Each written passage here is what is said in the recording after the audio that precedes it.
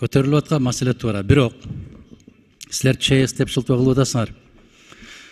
Ушул мезгилге чейин алынбай турган ЧСте иштеп аткан кызматкерлерге ЧСтин шартындагыдай кылып жогорулатылган айлык төлөп атасыңарбы? Процедурныйда жооп бербейт. Процедурный, ушул процедурный суроодо. Жок, процедурныйга өзүңүз билесиз. Жазуу түрүндө сизге жооп беришет. Жок, азыр Дастан Артисбекович туура маселе көтөрдү. Бул процедурный маселе. Булар тактоо киргизди. Мен тактоо киргизгенден кийин процедурный суроо берип атам. Ошол ЧС деп шылтоолоп атасыңар. ЧСтин шартында силер ошол айлык акысын төлөп берип атасыздарбы? Себеп ЧСтин шартында айлык акысы жогорулатылган болот. Жооп берип коюңуздар. Уксатпа. Атаган Кинзаевич, сиз туура белгилеп кеттиңиз. Эгерде ЧСтин ичинде боло турган болсо, айлык майнасын төлөө шарттары бөлөк.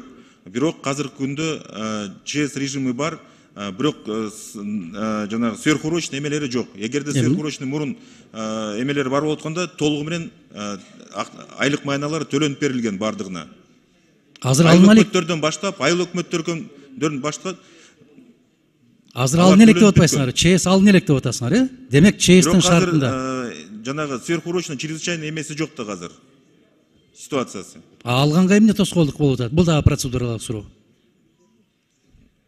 Тоскоолдук жок, эгерде нагрузкасы жок боло турган болсо, айлык майнанын штаттык бирдиги жана жок, өзгөчө абалды алганга эмне тоскоолдук кылып атат? Эмне тоскоол болуп атат өзгөчө абалды алганга? Азыркы күндө нагрузкасы жок. Режим ЧС гана жүрөт. Жок, ошону алып койбойсуңар дейм. Чрезвычайный положение бүттү да. Бүтсө албайсыңарбы дейм, расмий түрдө. Режими бүт элек деп атам, Адыган Кемсенбаевич. Албайсыңарбы дейм ошону. Азыркы күндө шарттан андай эметке келелек еще. Дагы эпидемиологик ситуацияга тобокелчиликтер бар.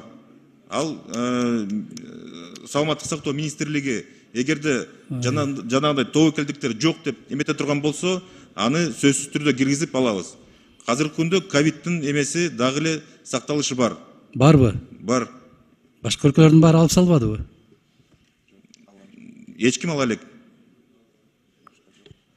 Мен жеңе албайм да силерди. Ала элек десеңер ала элек да, анда мен башка дүйнөдө жашайм да. Рахмат.